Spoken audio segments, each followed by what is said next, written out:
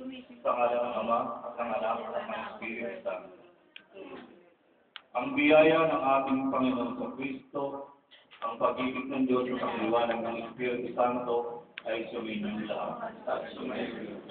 Mga kapatid, sa ating kalumbayan at pangmanglila ay nakikiramay ang bayan ng Diyos sa binyag ng ating kapatid na si Digna ay nababahagi ng pagkamatay ng Kristo. Ngayon mo ang buhay na walang hanggan. Hanggang natin ang sinabi ng Panginoon. Ako ang muling pagkabuhay ng buhay. Ang sumasapalatay sa akin at aking namatay ay muling buhay. Para tayo natin muling pagkasama sa piling ng ating namatay. Panginoon, maawa ka. Kristo, maawa ka. Kristo, maawa ka. Panginoon, maawa ka. Panginoon, maawa ka.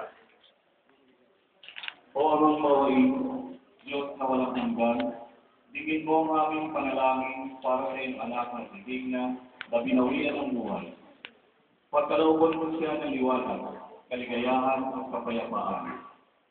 Loobin mo siyang makaraang maluwalhati sa pinto ng kalangitan upang magpamasa ng buhay na walang hanggan sa piling ng iyong mga banal at ng aming amang si Abraham. Ipagkatya mo siya sa lahat ng masama sa araw ng muling pagkabuhay. Gantimpalahan siya na kasama ng lahat ng iyong mga banal. Patawarin mo ang kanyang mga kasalanan at pagkaulan. Bigyan ng buhay na walang hanggan sa iyong pare. Amen. Play. Mag-hi ka, hi. Wala sa lahat ng parulong. Ano ang kaluluwa ng ito mo?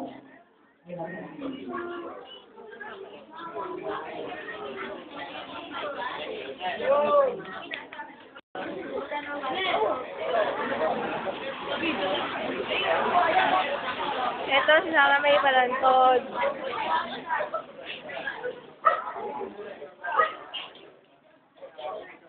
Ano nilali?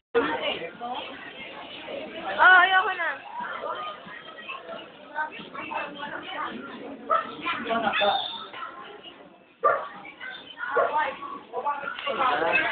Wala, tinetesting ko lang.